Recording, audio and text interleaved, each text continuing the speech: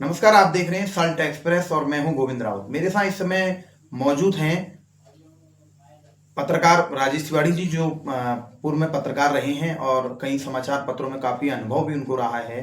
लोकतंत्र के चौथे स्तंभ के रूप में भी माने जाते हैं। इस बार जो 2025 के पंचायत चुनाव हैं, उसमें इस बार ग्राम सभा पुरिया चौड़ा सल्ट विकास खंड के मानिला मंडल के पुरिया चौड़ा ग्राम सभा से प्रधान की दावेदारी कर रहे हैं। भाई साहब, आपका बहुत बहुत स्वागत है सल्ट एक्सप्रेस। धन्यवाद गोविंद राव जी, आपका बहुत बहुत धन्यवाद।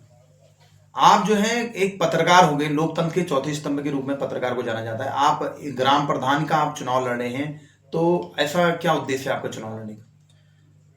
सबसे पहले तो मैं सल्ट एक्सप्रेस और आपको धन्यवाद करता हूं।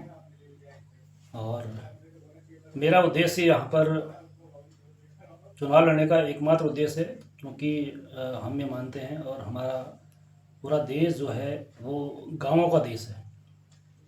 क्योंकि हमारे यहाँ 70% आबादी गांव में रहती है, तो ग्रामीण जो विकास है उसी से देश के विकास की नींव पड़ती है।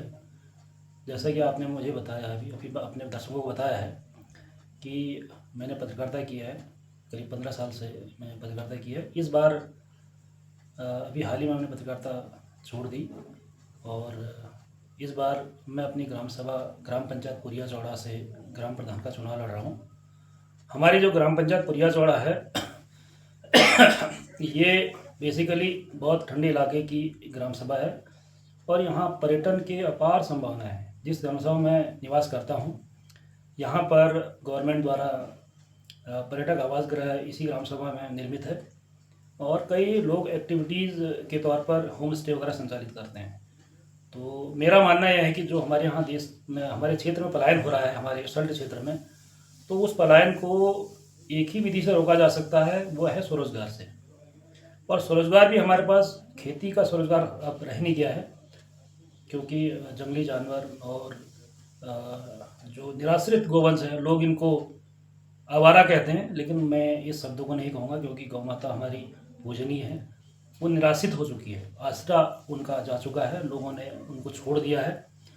तो मेरा मुद्दा ग्राम प्रधान के तौर पर यही रहेगा कि अगर जनता, मेरी ग्राम सभा की जनता मुझे अपना आशीर्वाद देती है, तो निराश्रित गोवंश को अगर हम नहीं पाल सकते हैं, तो जो सरकार के गौशालाएं बनी हैं वहाँ पर उनको आश्रय दिया जाए और उनका संरक्षण हो, ये मेरी प्राथमिकता है। दूसरा, मैं रोज़गार के लिए कह रहा हूँ, तो मैं अपनी ग्राम सभा में, क्योंकि हमारी ग्राम सभा बिल्कुल बाज़ार से लगती हुई है, रतखाल बाज़ार जो है हमारा मेन बाज़ार मानीला का, वो मेरी ही ग्राम सभा में है।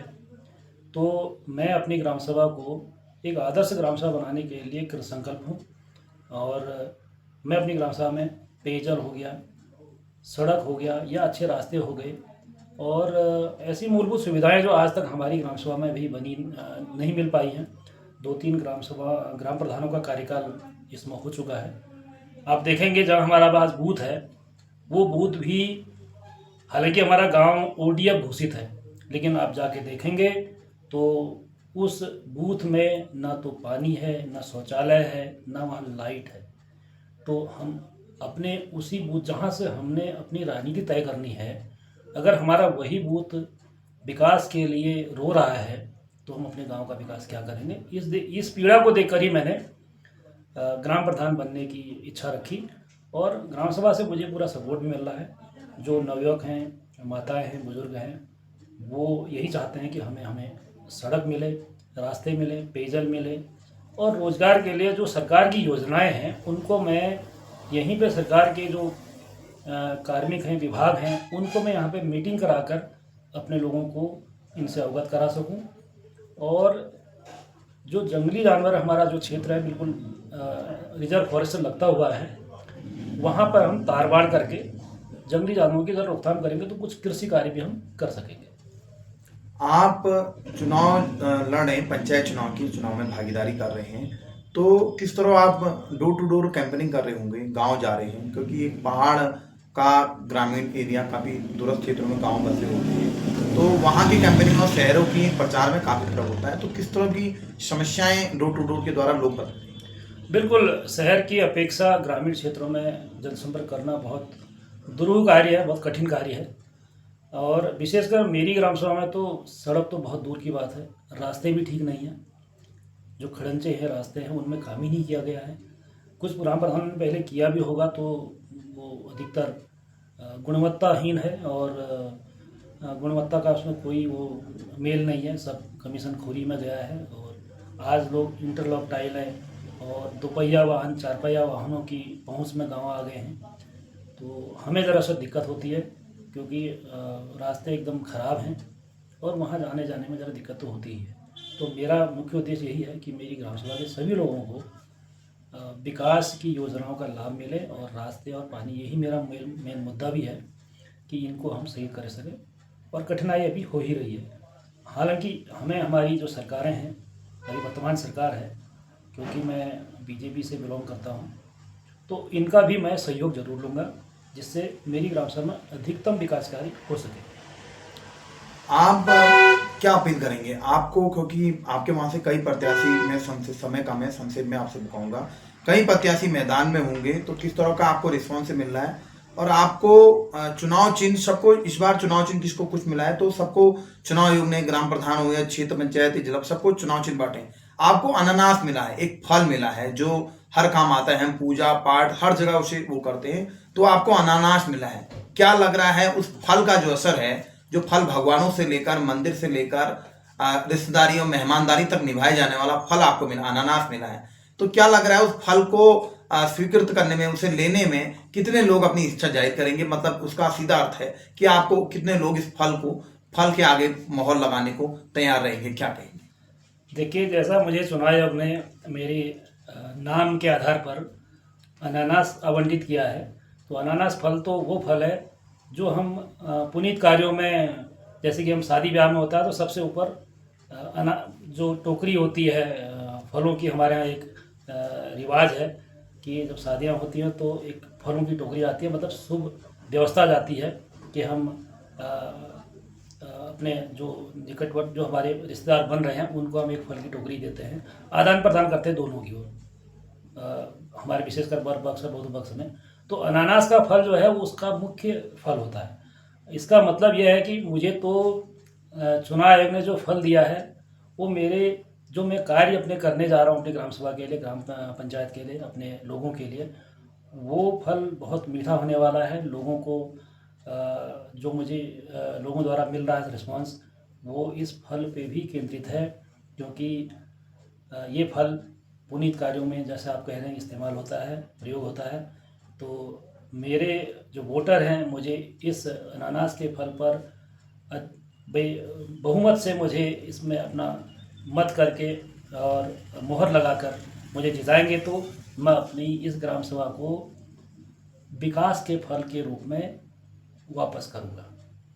आपकी पुरिया छोड़ा ग्राम सभा से कई लोग दावेदारी करते हैं, होता ही है, लोकतंत्र का महापर्व है, सभी लोग भागीदारी करते हैं, तो किस तरह की टक्कर मानते हैं और जीत को लेकर कितना सोचते हैं?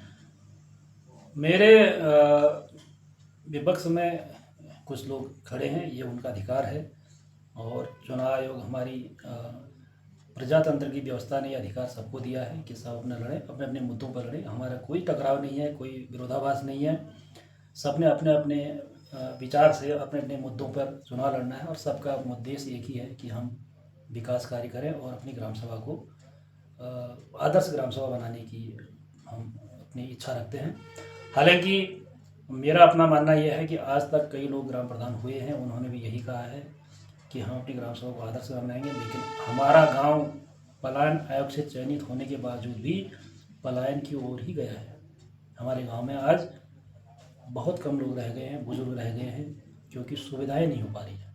तो मेरी इच्छा यही है कि मैं पलायन को रोकूंगा ही, साथ में रिवर्स पलायन करने की मेरी जो योजना है, उस पर मेरे गाँव वाले मेरे चुनाव चिन्ह निशान पर मोहर लगाएंगे, तो मैं इसको और द्रुत गति से इसको अंजाम पर लाऊंगा और लोगों को कहूँगा कि आप अपने स्वरोजगार के लिए घर जरूर आए, क्योंकि हमारा जो ये क्षेत्र है बहुत सुंदर क्षेत्र है। मानिला मतलब बहुत सुंदर क्षेत्र, प्रकृति ने मानिला को इतना सुंदर बनाया है कि यहाँ पर रोजगार का साधन तो स्वयं ही उपलब्ध हो जाएगा छोटे से प्रयासों से।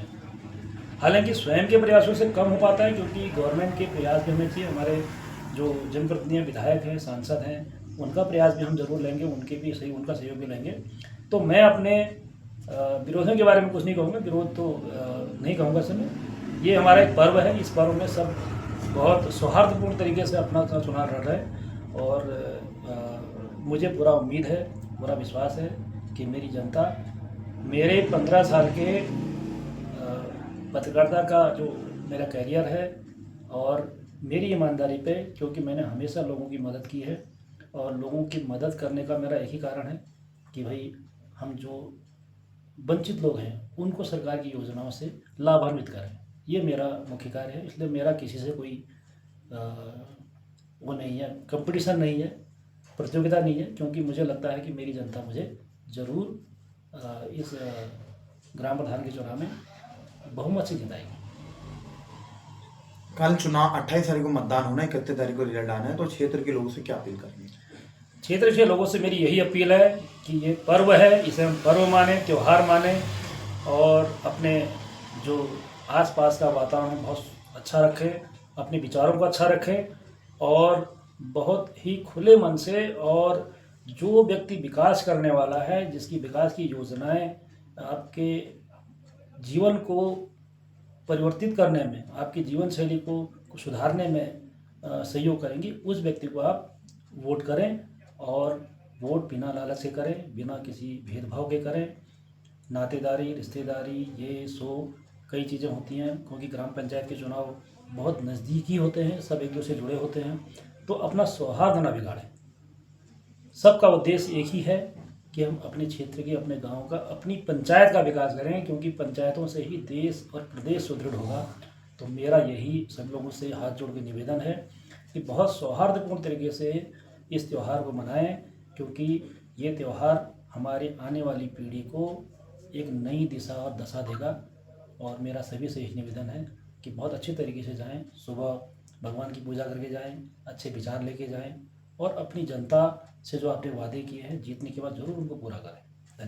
धन्यवाद। ये थे हमारे साथ ग्राम सभा पुरिया से ग्राम प्रधान प्रत्याशी राजेश तिवारी जी। इनका साफ तौर से कहना है कि हम जब मुझे जनता अपना आशीर्वाद और मत देती है तो गांव के विकास को लेकर कई सारी योजनाओं को जनता के बीच रखा जाएगा और गांव को एक आदर्श ग्राम पंचायत बनाने का इनका मकसद है। आगे भी हमारी चुनाव यात्रा जारी रहेगी। तब तक के लिए नमस्कार।